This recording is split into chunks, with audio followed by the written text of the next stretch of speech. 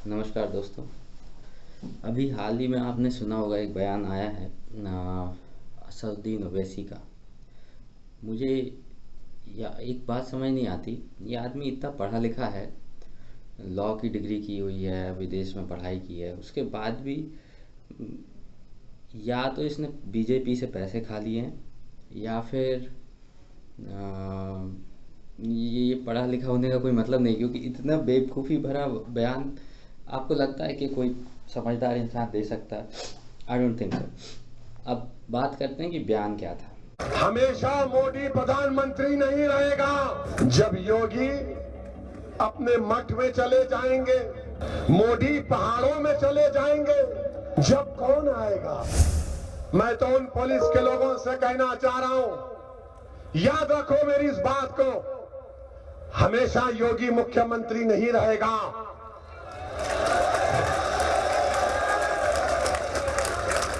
हमेशा मोदी प्रधानमंत्री नहीं रहेगा।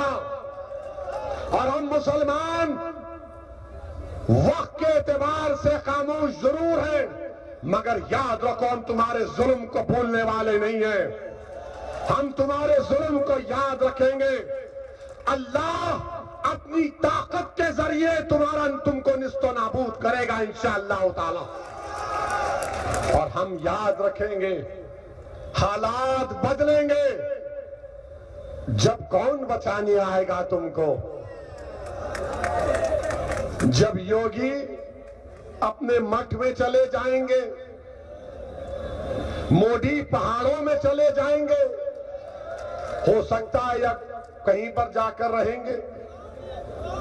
जब कौन आएगा हम नहीं भूलेंगे, याद रखो। बयान ये था जिसमें ओबीसी जी कह रहे हैं कि अगर आप मोदी योगी चले गए तो पुलिस को कौन बचाएगा। अब आप मुझे एक बात बताइए, इस बयान से दो नतीजे निकल सकते हैं, दो आउटपुट हो सकते हैं इस बयान के।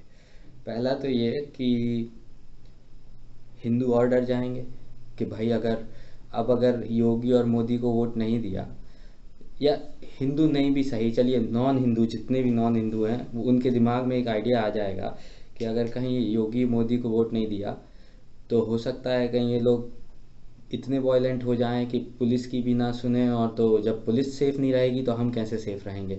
तो वो लोग डर के मारे बिना सोचे समझे बीजेपी को वोट दे देंगे। तो पहला रीज़न तो ये।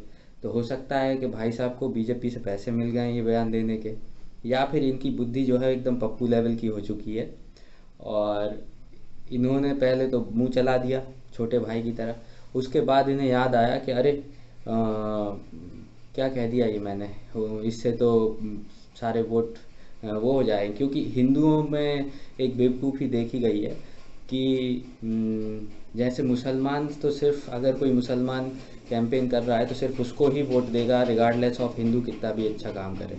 लेकिन हिंदू थोड़े इतने बेवकूफ़ हैं हमारे अभी भी कुछ, कि वो हिंदू का भी सपोर्ट नहीं करेंगे।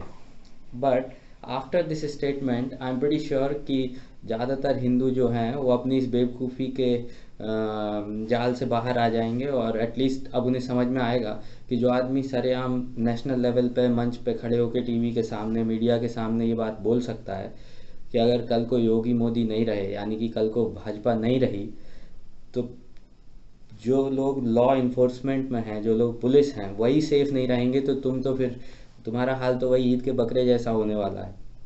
तो ये दो चीज़ें मुझे समझ नहीं आई हैं। हो सकता है अगर आप में से किसी को मालूम हो कि सही रीज़न इसका क्या था, इस बात को धोखे से बोल दिया है उसने, या सच में वो बीजेपी के लिए प्रचार कर रहा है। कुछ लोग तो बोलते हैं कि ओवैसी आरएसएस का आदमी है, लेकिन हालांकि मैंने उसे कभी चड्डे में देखा नहीं, शाखा भी नहीं आता वो। तो ये एक डाउट है। लेकिन अगर आप में से किसी को भी पता है कि what was the actual reason कि उसने ये कहा क्यों, तो बताइए, शेयर कीजिए, और फिर मिलेंगे। नमस्कार।